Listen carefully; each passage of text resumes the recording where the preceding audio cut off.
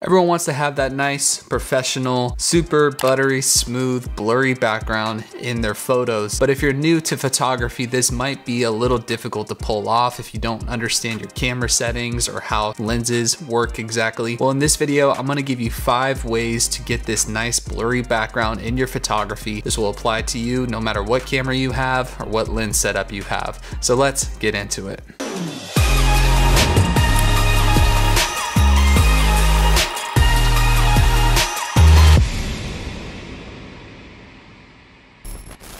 Hey, what's going on everyone? My name is Zach Sopak and I make a lot of videos about making videos and shooting photos as well as editing tips. So if any of that sounds interesting to you, please subscribe to this channel. The first and easiest way to get a blurry background in your photography is to use a lens with a low aperture. Now, if you're new to photography, aperture refers to the amount of light that your lens is allowing into the camera. This is typically represented in numbers like f1.8, f2.8, f4, and then some higher and some lower. When you have a lens with an aperture of something like f1.8, it's a lot easier to get a blurry background in your photos. Now, this not only happens because you're allowing more light into the sensor, but it's actually reducing the amount of things that are in focus when you're shooting. So in this example, we have a photo with a little bit of a higher aperture of f4.0. You'll notice that some of the background is out of focus, but it's not really anything drastic or super smooth or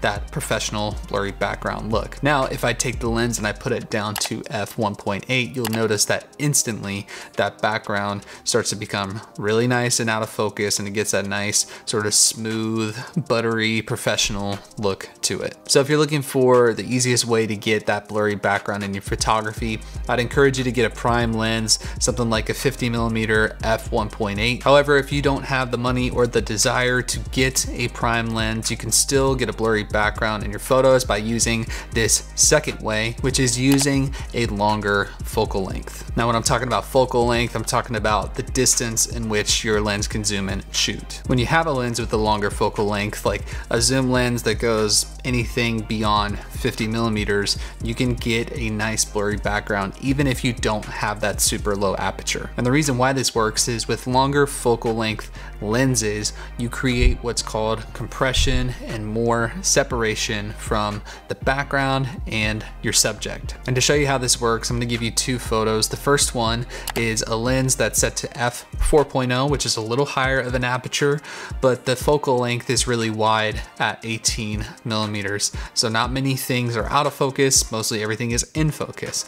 But as I zoom in that lens to as far as it can go, you'll notice that now our background is blurred out, even though we are still at f4.0. So shooting at that longer focal length helps to create that compression, that background separation from your subject and what's behind them. And where your subject is really affects how much blur you're gonna have in your background, which leads me to my third way to get blurry backgrounds in your photography, and that's to actually move your subject closer to the camera. If you're still having trouble getting that blurry background in your photos, try putting your subject as close to your camera as possible while still keeping them in focus. And this does benefit all focal lengths, but I feel like it really helps out wider focal lengths the best. So I'll give you an example of that right now as I'm shooting this video. I'm currently shooting on a 20mm f1.8 lens, and I'm shooting at f1.8.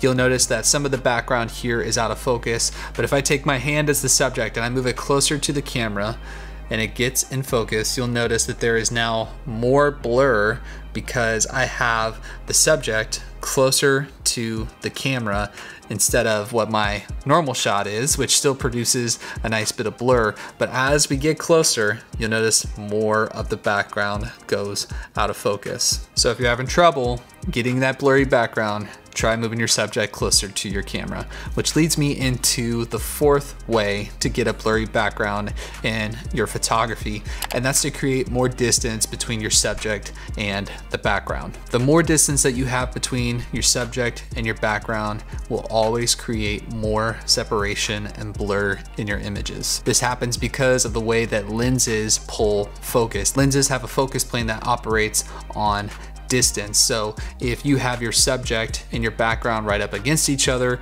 then the lens plane is really close to the background. And if you have more separation and space between your subject and your background, then the lens's focus is going to be much further away from the background, which in return will create more blur and separation from the background. To show you an example of how this works, here's a photo of a subject right up against the wall. Not much blur, not much depth or separation from the background at all. And here is an image with the subject further away from the background, therefore creating more blur and more depth. The fifth way to get a blurry background in your photography is definitely the most interesting one, and that's using AI. That's right, AI, artificial intelligence, using that in your photography to get a blurry background. Let's say maybe you had a friend or a stranger take a photo of you and it didn't quite have that nice blurry background that you want. Well, you can use a tool like Adobe Photoshop and one of their neural filters in order to create the blur in the background to simulate what a lens would do if it was shot properly.